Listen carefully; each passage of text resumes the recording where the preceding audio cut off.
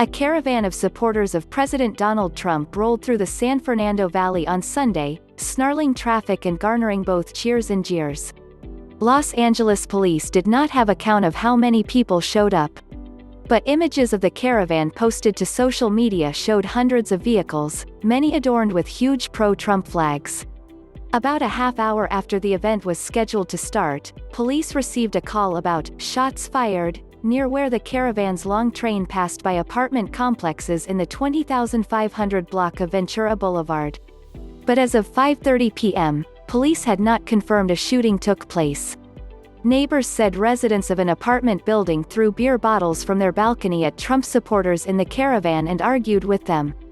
One of the bottles shattered a vehicle window, the neighbors said, and a tire popped, making a loud noise. A resident and his girlfriend also said they heard a car backfiring.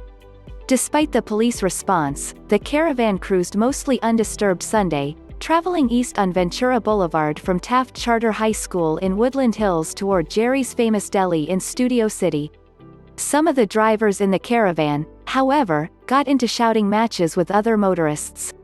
When they got out on foot, some quarreled with anti-Trump and Black Lives Matter demonstrators outside the Galleria in Sherman Oaks and later the deli.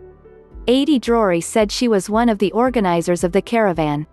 The event planner said she coordinated with some members of the Israeli-American community in the Valley and the Los Angeles GOP to put on the parade. "We organized together to let people know they do not have to be afraid to support Trump," Drury said. "There's a lot of fear right now to say you support the president." Other pro-Trump rallies across the country, as well as in Los Angeles, have been marred by fistfights, pepper spray battles and shouting matches with counter-protesters.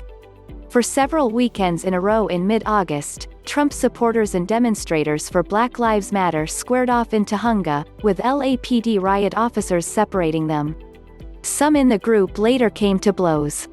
BLM supporters have accused the president and his followers of fanning the flames of racial conflict in the U.S., and said some Trump supporters have shown up at protests armed.